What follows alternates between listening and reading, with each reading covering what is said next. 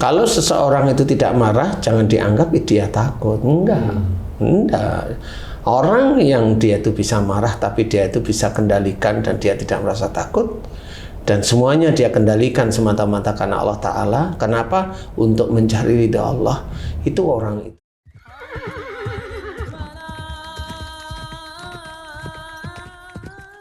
Bismillahirrahmanirrahim. Assalamualaikum warahmatullahi wabarakatuh. Waalaikumsalam warahmatullahi wabarakatuh. Para pemirsa dan sahabat beriman dimanapun berada, kita jumpa lagi di Ustadz Danu Official Channel. Semoga kita selalu dalam lindungan Allah Subhanahu wa Ta'ala. Amin ya Rabbal Alamin. Seperti biasa, di video kali ini kita akan ngaji lagi bersama guru kita semua, Pak Ustadz Danu. Assalamualaikum Pak Ustadz. Waalaikumsalam warahmatullahi wabarakatuh. Amin ya Rabbal Alamin. Dan saya ditemani oleh Bang Jainuddin, sahabat saya. Assalamualaikum Bang Jai. Waalaikumsalam Pak Tung. Amin. Sehat? Alhamdulillah. Alhamdulillah. Sahabat beriman dimanapun berada, dalam kehidupan itu kan kita selalu berdoa supaya tidak marah. Nah, ini ngomongnya ini marah, tapi kadang-kadang kita sudah berdoa, sudah sholat, ketemu istri marah. Ketemu istri kok langsung marah ya, Ji? Karena istri tidak mau ngikutin kemauan kita, misalnya itu saya lah misalnya gitu. Ketemu anak kok marah. Banyak sekali. Kadang-kadang ada teman-teman juga gitu. Teman yang satu nggak nyapa marah, sinis. Nggak ditegur marah. Padahal sama-sama sholat misalnya gitu ya. Jadi intinya memang marah ini menjadi sesuatu yang kayaknya seperti kebiasaan seperti itu Pak Ustadz. Gimana itu? Sudah sholat, sudah doa, sudah marah tetap. Gimana itu Pak Ustadz? Tapi jarang juga sih orang berdoa supaya tidak marah, jarang tuh. Paling dia mohon ampun kan? Iya. Kan dia berdoa. Tapi habis itu ada aja yang membuat dia menjadi tergelitik untuk marah. Karena saking remehnya atau ininya marah, sehingga berdoa itu, ya Allah, jangan engkau beri saya sifat marah. Nggak ada tuh, jarang. Dia nggak mau mengakui itu ya. Padahal puasa sudah, sholat sudah, inilah. Gimana itu Pak Ustadz? Ya. Bismillahirrahmanirrahim. Assalamualaikum warahmatullahi wabarakatuh. Waalaikumsalam warahmatullahi wabarakatuh. Amin ya Rabbal Alamin. Memang marah ini kan sifat pemberian dari Allah Ta'ala aja. Dan sifat ini sebenarnya menguji kita. Jadi bukan karena terus Allah memberi marah, saya marah kok nggak boleh loh. Bukan begitu ya. Namanya manusia kan harus ada aturan. Iya. Ya kan? Ada aturan istilahnya. Jadi marah itu memang nafsu titipan dari Allah Ta'ala yang memang harus kita atur. Nah, pengujinya itu ya banyak. Pengujinya ya sifat kita sendiri, umpamanya mudah tersinggung, kemudian atau telinga kita nggak cocok dengan orang lain ya marah. Mata kita melihat nggak cocok sama orang lainnya marah, kan seperti itu ya. Mata nggak lihat istri diem aja ya jengkel, kalau diem aja kan gitu ya. Nah, karena marah ini titipan, dan jelas itu pengujinya itu ada di sekitar-sekitar kita. Nah, kita harus pahami itu. Memang kalau seorang marah itu disuruh duduk. Kalau berdiri ya? Ya, kalau berdiri disuruh duduk, kalau duduk disuruh berbaring. Kalau tidak bisa ambil air wudhu, sholat. Kan gitu ya. Nah, memang kalau kamu tadi udah bercerita ya sholat saya sudah. Iya. Tapi kok ya masih aja terus-menerus. Nah, sebenarnya kalau sejak dini kita itu berpikir bahwa marah ini titipan dari Allah Ta'ala, nafsu, termasuk nafsu kita pahami bahwa itu menguji ya. Alat ujinya ya dari luar, yaitu ya bisa istri, bisa anak, bisa makanan nggak enak aja itu bisa marah, itu bisa keluar. Bisa memang. Kan gitu ya. Nah, di titik ini kita harus memahami dulu bahwa kita ada emosi di dada kita, ada emosi di lidah kita, ada emosi di otak kita. Kita pahami, kemudian ketahuilah bahwa semua yang ada di sekitar kita itu menguji. Yang tidak enak menurut kita nih, itu menjadikan kita marah. Padahal yang tidak enak menurut kita itu sebenarnya pas untuk kita, itulah yang terbaik untuk kita. Kadang-kadang yang kita rasakan enak untuk kita belum tentu itu baik untuk kita. Semuanya menguji, yang tidak enak ya menguji, yang enak juga menguji. Cuma ketahuilah bahwa amarah kita itu masih punya, sehingga dalam mensikapi semua masalah di sekitar kita ini itu adalah ujian. Jadi ketahuilah itu ujian dan harus kita selesaikan.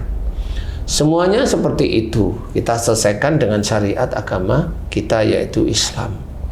Bagaimana kalau ada orang marah, ya biasa diem aja, didengerin. Kalau meminta tidak salah, ya kita bertasbih pada Allah Ta'ala.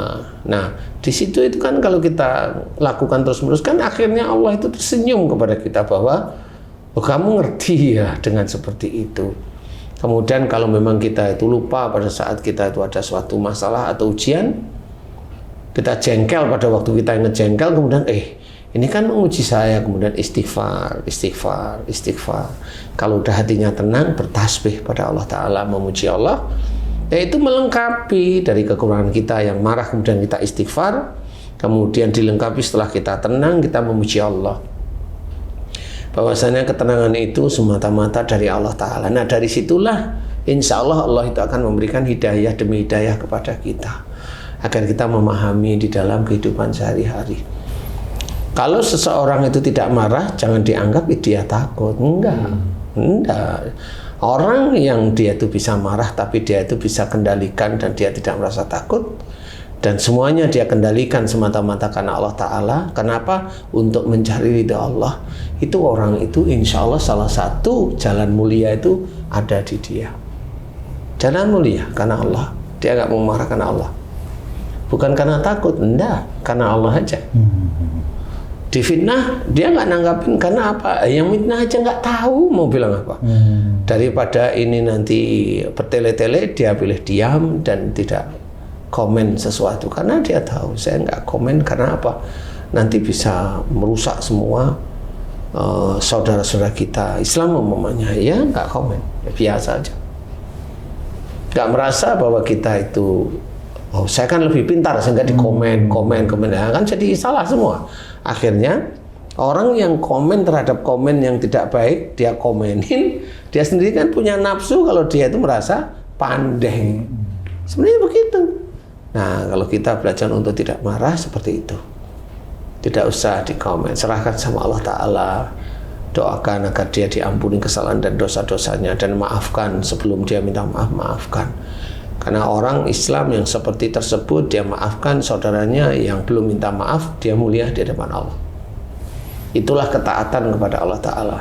Kalau dia mendoakan saudaranya benar-benar kepada Allah Ta'ala atas kesalahan dan dosa-dosanya, dia mulia di hadapan Allah Ta'ala. Jadi jangan dianggap remeh bahwa memaafkan orang yang zalim kepada diri kita itu adalah perbuatan orang pengecut. Enggak, itu perbuatan orang mulia di hadapan Allah Ta'ala.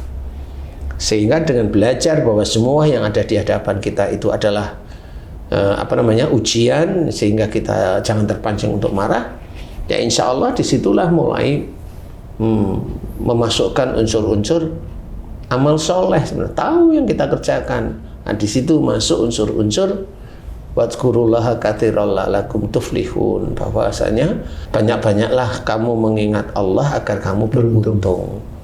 Nah, di sini kita harus memahami bahwasanya banyak mengingat Allah walaupun diuji dengan tidak nyaman, kita ingat Allah, nggak marah ya nggak marah. Kamu takut enggak? Saya berusaha tidak marah untuk mencari ridha Allah. Santai, tenang, seperti itu. Nah, nanti ujian itu akan terus-menerus banyak selama kita itu masih diizinkan oleh Allah Ta'ala hidup di dunia. Ujian itu tetap ada. Ada yang diuji dengan emosi di jalan, ada yang diuji dengan tidak emosi, tapi ya jengkelin aja gitu. Jadi dengan anak yang rewel ya diuji, dengan istri yang jengkelin ya diuji, semuanya diuji. Jadi semua harus diselesaikan bahwa semua di dekat kita ini ujian. Jadi jangan ditanggapi dengan emosi atau amarah. Kalau itu istri kita, dia melakukan kesalahan, ya nasihati. Kalau itu anak kita melakukan yang tidak umum, ya nasihati. Kalau tidak gubris, biarin aja, nggak apa-apa, nasehatin aja terus. Insya Allah seperti itu. Jadi kita belajar untuk memahami bahwasanya amarah itu dititipkan oleh Allah Ta'ala sebagai nafsu. Sehingga semua pengujinya adalah di sekitar kita. Ya tadi, ya istri, ya anak, ya pekerjaan, ya teman, ya saudara, semuanya. Termasuk hal-hal yang mengganggu pikiran-pikiran kita itu ujian.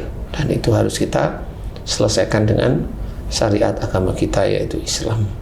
Nah, belajar untuk memahami bahwa tidak marah itu untuk mencari ridha Allah, tidak marah itu memang untuk mencari kemuliaan di hadapan Allah. Di luar kita sholat, di luar kita baca Quran, di luar kita puasa seperti kayak gini, puasa di bulan Ramadan.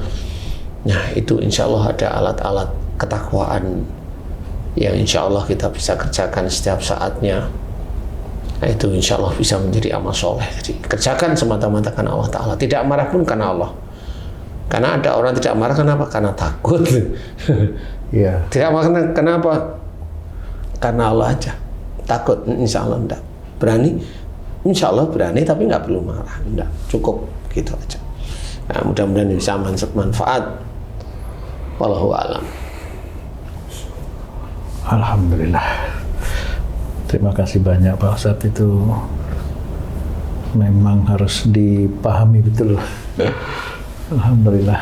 Sahabat beriman dimanapun berada, yuk kita sama-sama belajar agar kita bisa mengendalikan marah kita. Itu bukan mengendalikan, menetralisir marah. Mudah-mudahan tayangan video kami kali ini bisa bermanfaat untuk meningkatkan keimanan dan ketakwaan kita kepada Allah Subhanahu wa Ta'ala. Amin ya rabbal alamin. Saya Tuk pamit diri, sampai jumpa di video kami yang lain. Wassalamualaikum warahmatullahi wabarakatuh. Waalaikumsalam warahmatullahi wabarakatuh. Alhamdulillah.